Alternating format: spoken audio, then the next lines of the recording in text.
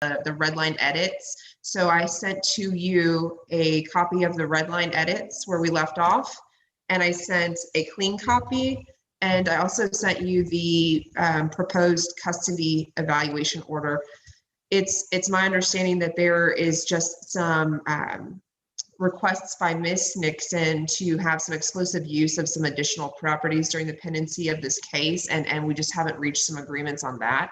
But otherwise, I believe we've agreed to the form of the order. I'll let Ms. Nguyen kind of chime in on that, since I haven't had a chance to talk to her since I last circulated the red line edits. Yeah. I'm in agreement with what Ms. McClyman stated. I'm not sure I'm not one version behind as far as what we haven't agreed on. I know there have been some texts going back and forth. So maybe Ms. McClyman, if you could say what you think there is an agreement on, but we haven't put it into this red line, that would help. Or maybe Mr. Jenkins can do that better. I think then the order that I just emailed the judge has everything in it except 508, correct, Mr. Jenkins? Yes, the one change that my side doesn't know about is on page 20, we added some language about, do you recall, about a bonding requirement if it came back? Correct. Can you tell the court what that is, and so Ann can hear it, and Tina? Yes, if the, let me pull that up. I think I emailed that over to Ann as well, but let me double check and make sure that that's the version that I just sent out. It talked about a dividend check, or if a bond came back, that would go back to Nixon Engineering, and I thought that we agree to that because that's our intent of. And that would appear on page 20. Yes, it's on subpart 3 of page 20, and that was included, Ms. Nguyen. And then the last thing that is not yet agreed to is the exclusive use of the 508 red brick property, which was Miss Nixon's law office. We just had inadvertently left it out when we listed the other downtown properties. Mr. Nixon was going to get cool water, and I failed to mention that address. And we were very close to, by phone, trying to work out, Mr. Nixon wanted some things in exchange for that. And I think that Tina was very close to saying, okay. I just wasn't able to get it done. And Mr. Jenkins, I think there's also the issue of the red Dodge and the utility trailer. That's correct.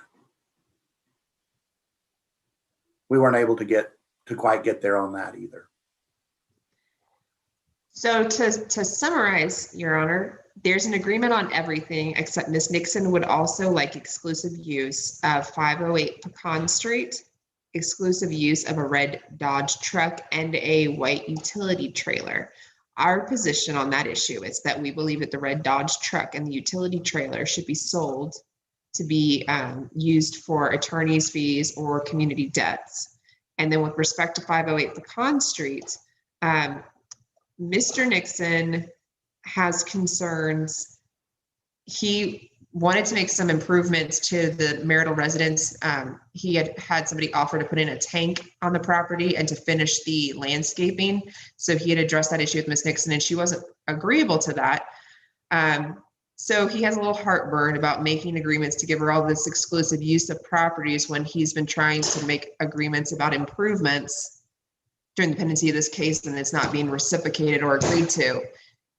In addition, we haven't talked about the properties in Port Aransas at all, who will have control of those, or what's going to be done with the outstanding debt related to those properties. It's my understanding right now that the Port Aransas, Aransas Princess property, the penthouse unit, has $50,000 and more of association dues that are past due, and that it's going to be sold on the courthouse steps if we don't resolve this quickly. And so that's one issue that hasn't been talked about amongst the parties on how to handle that. Mr. Nixon would like to figure out if there's a way to take out a note to borrow money against the equity in those properties to pay off the dues so that it can be leased out during the pendency of this case to generate some income. I think he testified to that at temporary orders, that it would bring about $5,000 to $7,000 a week if it's rented out. Otherwise, we've got to come up with a solution. And so I know that we made agreements on everything else, but if the court would consider ruling on the issue on how to handle the Port Aransas condos during this pending case, we would appreciate that. Okay, Ms. Wynn, tell me about the 508 Pecan Street first.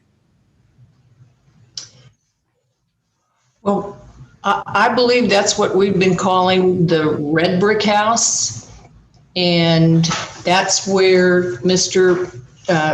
Nixon has all the taxidermy that's going to be removed by agreement by February the 14th. And so what we were trying to do is to say downtown Bastrop, once he gets everything out of 507 Pecan, which we've agreed he'll do by March the 3rd, all that exclusive use is granted to Ms. Nixon, and he gets the farm and all of the Nixon engineering property. So we're just trying to carve out territory of the two parties, Your Honor.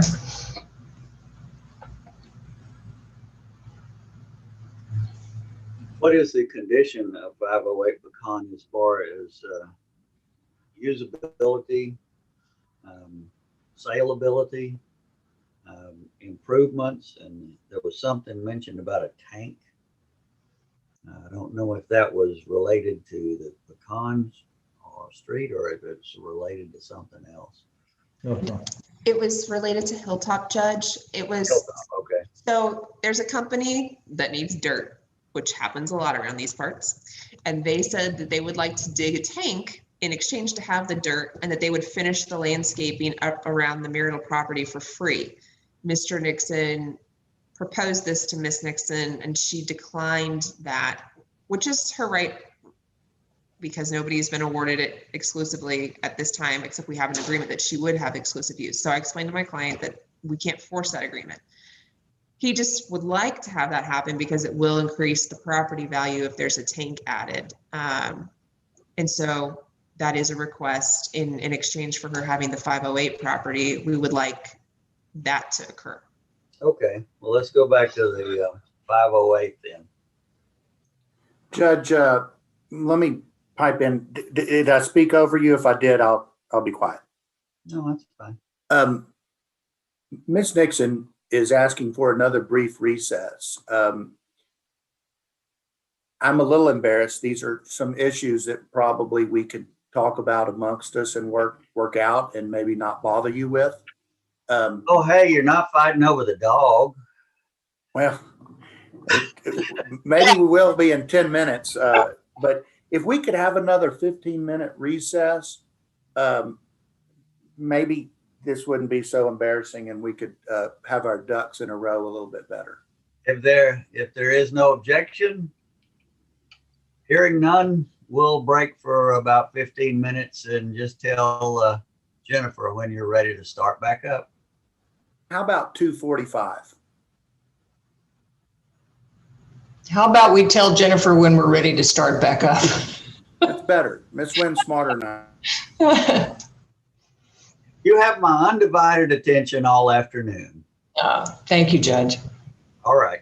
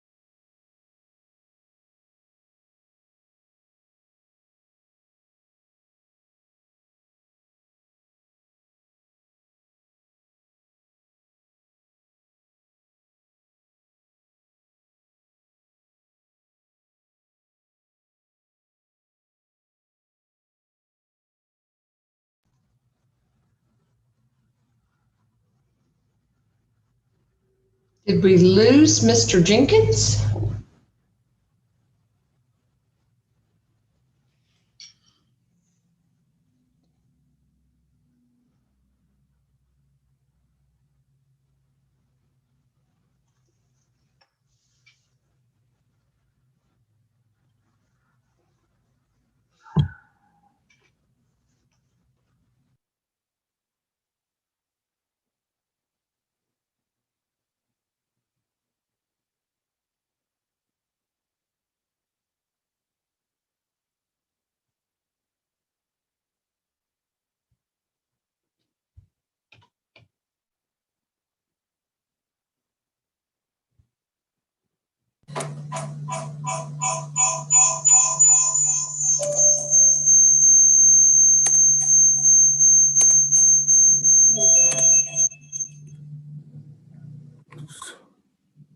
I'm sorry.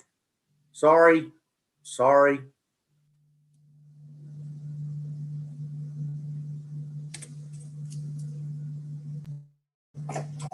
I believe we have an agreement, and I believe what I emailed you reflects the agreement. And we believe we have an agreement as well. It does not have the signatures of the parties. There is an injunction in there against Miss Nixon, and so I would just need the court to, I guess, announce on the record that she is going to be enjoined and that she's received notice that the injunction is enforceable from today forward, if that's possible, Judge. All right. Does she have a copy of the injunction, and does she know what it entails? Judge, she does. We've gone over it exhaustively. Okay. Ms. Nixon, do you have any questions about what this agreement would prohibit you from doing or not doing? No, I have no questions, Judge. Okay. Well, then, does anybody want to recite the agreement into the record, or is everybody ready to sign off on the form of the order? I personally would love for the court to just sign the draft order that I sent. I think that all of the parties are in agreement that what I have sent reflects the agreement. And we've worked pretty diligently the last 2 days to get there.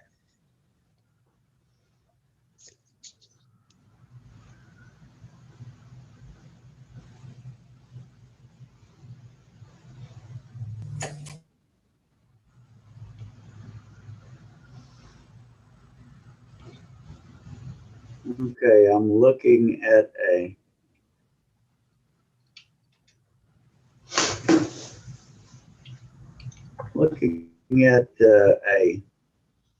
draft temporary order that was transmitted to me at 2:50 p.m. 8 minutes ago. Is that the one we're talking about? Yes, Your Honor. Okay. Has everybody had adequate time to look that over? Yes, sir. Ms. Wynn? Yes, sir, we have. Okay. Well, I'll go ahead and as soon as I have downloaded this, I will go ahead and autograph it, and it'll be effective immediately. And I'll retransmit it back to the clerk and a copy to each of the lawyers that appeared here today. Does anybody else have anything for me? Yes, Judge. There was, and I apologize, there was an email at 2:03 that was sent to you, and it has a PDF on it. And the PDF is the order appointing custody evaluator. We would like for that to be entered at this time as well. Any objection? No, Your Honor. Okay, that order will be entered as well today. What else? We don't have anything else. Nor do we, Judge. All right. Haley, do you have anything? No, sir. We don't have any exhibits. You don't have anything to worry about. Yeah. Jennifer, do you need anything more as far as scheduling the case for the future? On the case in the future, Your Honor. Wow, you got some heavy feedback there. You and Haley must be in the same room. Okay. All right then. Anything else before we adjourn? No, Your Honor. I think we're good, Judge. Thank you very much, folks. Y'all have done a good job of working it out. Thank you very much. Thank you for your time, Your Honor. All right.